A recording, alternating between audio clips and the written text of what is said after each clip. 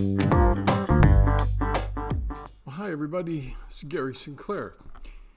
You know, we all have them: hopes, dreams, distant places to visit, personal goals, surprises to pull off, thanks for special people, new locations to live in, counseling to start. Okay, the possibilities are endless and certainly unique to each person. But you know, life's obligations and the tyranny of the urgent, as one writer described it all, take over, and we put our wish list off until another time. Again, we tell ourselves that, yes, someday we're going to finally get a thing or two off our list. For years, I've been calling that, and sometimes living it, the someday syndrome. It's a way of living that puts all the special, even needed events into the future because there are just too many urgent things to do now, or there are these roadblocks to accomplishing our goals.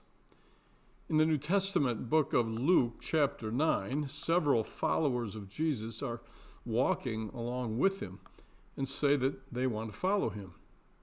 But Jesus knows what will distract a person, so he addressed 3 areas of life where detours of sorts will arise. First, we get stymied in the area of what I call securities. Jesus tells one individual that he doesn't have a place to even lay his head. In other words, he's got no house, no roof over his head, no security of a place to call home. The second individual gets caught up in responsibilities. His father is of old age, and in those days, the eldest child had to care for the parent until they died. So in essence, he's saying, I can't do anything until my father is gone. And of course, we should do what we can to care for parents and other family, but not when the timing isn't imminent, but rather things are just kind of unknown. And then there's a third person in the story who's caught up in relationships. I have to say goodbye to those at home.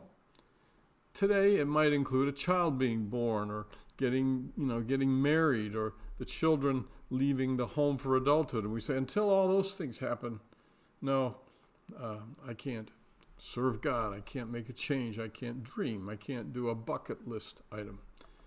Now, obviously, we can't ever just stop living everyday life and then try to do our whole list before we can't try anymore. But progress, however, could be merely just doing one of those things now and go on from there. So let me give you the 3 major reasons from my perspective to not push everything way down the road. There's some good in doing this now. First of all, this maybe sounds a little morbid, but we might die before we ever get the chance to finish our list or even tackle it. And if death doesn't come early, we could still have a limiting or chronic illness that can keep us from ever even starting on our goals. Years ago, we knew a wonderful pastor who was retiring right at 65 years of age, planning with his loving wife to travel. Unfortunately, he died at 66. I felt so bad for them. The second reason, our bucket list items can give us new energy, perspective, time to think, and if we're married, special uninterrupted time with our spouse. See, our emotional tanks can get filled up when we enjoy something new, when we go where we've not gone before, when we meet new people and learn more about our world. And finally, our children can learn some important lessons through us when we're doing some of our lists now. See, they learn that they're not the center of everything in the family. Yeah, we love them, and we'll continue to love them as we should and give them special opportunities, including travel with them. So many family lives are revolving now around their kids' clubs and teams and practices and expenses, and they begin to kind of expect that from now until they leave the house, that's the way it's going to be.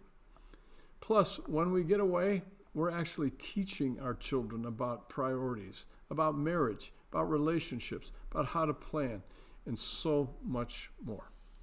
So how about taking your completed bucket list or making one that can give you some choices to think about and then choose one to start with? Decide not only which one is most important to you, but also choose one that's also doable now or soon. That safari in the African desert would likely be awesome, but it might not be real practical because of the cost and time and distance, etc. Pick one that you can be successful in pulling off. And again, for couples, do most of the planning together. See, this isn't the time, guys, to say, well, hey, honey, why don't you just pull the details together and I'll jump in when you need me. No, no, no. See, half the fun and part of the growth and the memories will come from the planning. Share details to work on. Yeah, you can divide that up, but agree and get excited about your venture together. Make it a trip, long or short, that you'll both remember for a long, long time. And if your kids should complain and ask, can we go too? Just say, yeah, someday. Talk to you next time.